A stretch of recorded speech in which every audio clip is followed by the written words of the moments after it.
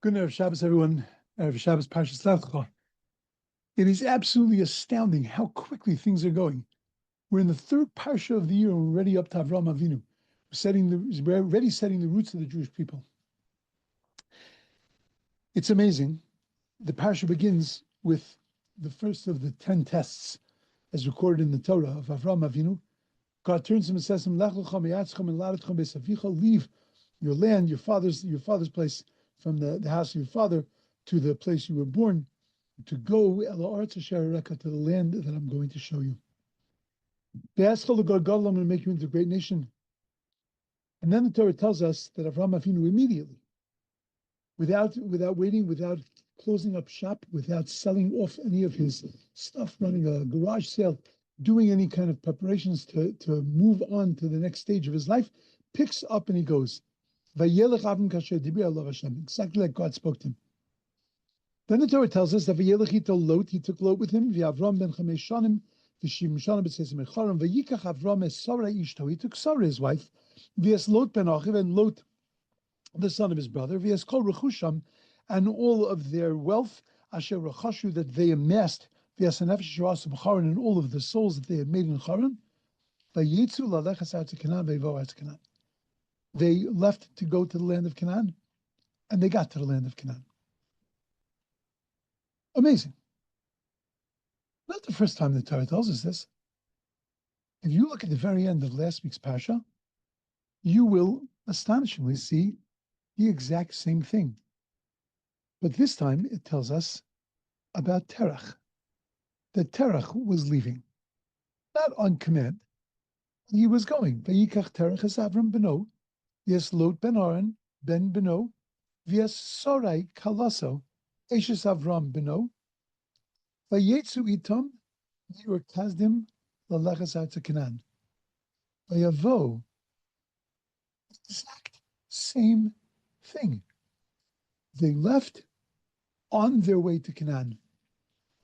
But if you look at the last four words of the pasuk, it doesn't say Vayavo artza Canaan like it says by Avram. It says Vayavo ad Haran. They came to Haran vayeshu sham, and they stayed there. And as a matter of fact, Terach died there. So the $1 million question: Avram Avinu leaves, and it says Vayetzu, he left, and he got to Vayavo artza Canaan.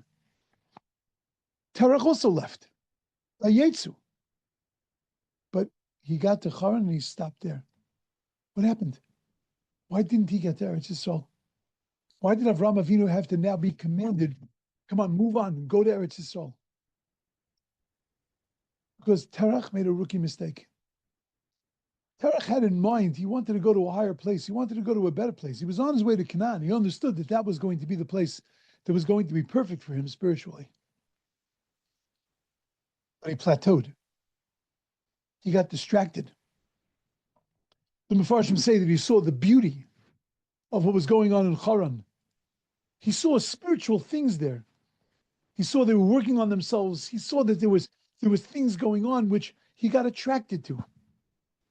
And he decided to stop and to stay. And that's the story of our lives. Vayetzu, we set out to Lech Lecha Canaan,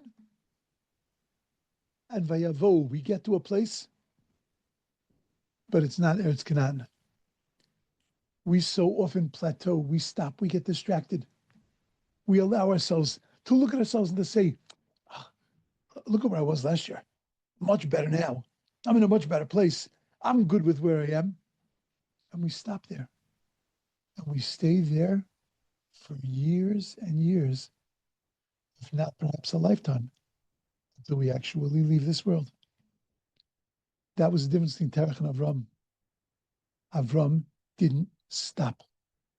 He knew where he wanted to get to, and he wasn't going to take a break. He wasn't going to get distracted. He wasn't going to get sidelined. He knew that this is where he needed to go. Vayetzu, he left. Laleches artza Canaan, that's where he was going. That's what he wanted to accomplish.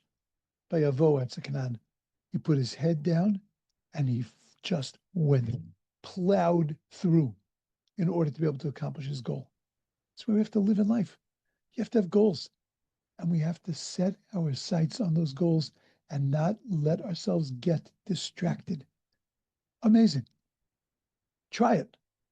Try not getting distracted. Figure out what those distractions are before we even set on the road to Canaan.